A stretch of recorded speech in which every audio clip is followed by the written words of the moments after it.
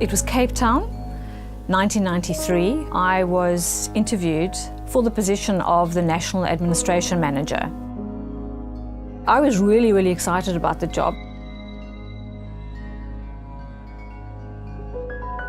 Very early on, the two founders of the company had elected to move me into a different role. They really wanted someone to manage this treasury department.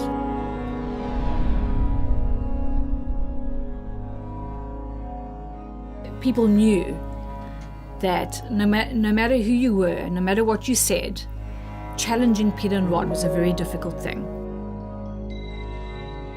I wanted to believe that there would be an explanation, a rational, legitimate explanation of where this money was going. Peter was putting through invoices for huge amounts. In fact, one of them was for his yacht. They were stealing money from a public listed company into their own private bank accounts. Somebody needed to say something. I decided to phone the South African Revenue Services from my office. The following 2 days had a completely dramatic effect. All of us got fired. For me, it felt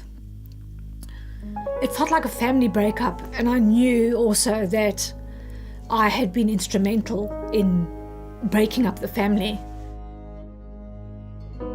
I've made this phone call. I'm going to take responsibility for it. I'm going to take my cell phone, I'm going to take my laptop, and I'm going to take all my Lever Arch files. Then I got home, and there was an email in my Hotmail account which said, the horse is already bolted, but we think this horse needs to be put down. That is when I started thinking about how I was going to get out. I was removing myself from a very fearful, dangerous situation. I arrived in the UK. It was winter. It was a slow, steady sink into utter depression. And for me, the only way of surviving was to go out and beg on the streets. It was almost like, if my final consideration is to commit suicide, if that's what I can consider, I can take one step back and beg on the streets, because then at least I'm still here.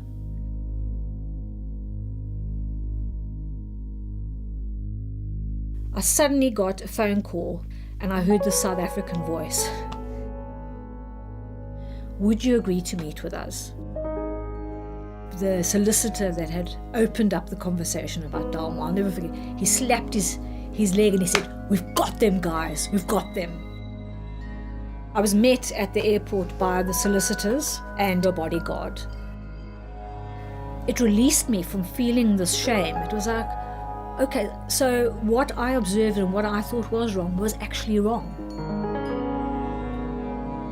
The next week, I went into the inquiry, and of course Peter and Rod didn't know I was going to be there.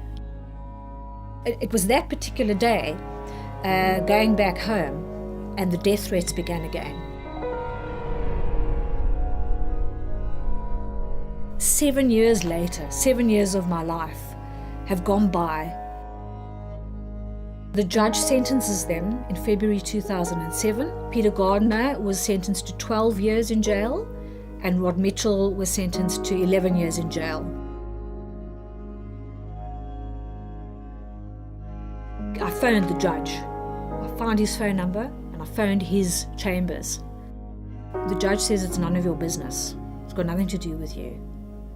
And I couldn't believe that. I said, well, actually, it is my business. This whole case had gone up to the Bloemfontein Appeals Court and simply disappeared off the radar. In 2011, I finally get a call from the state advocate telling me that Rod and Peter have finally been picked up in a police van and are on their way to jail.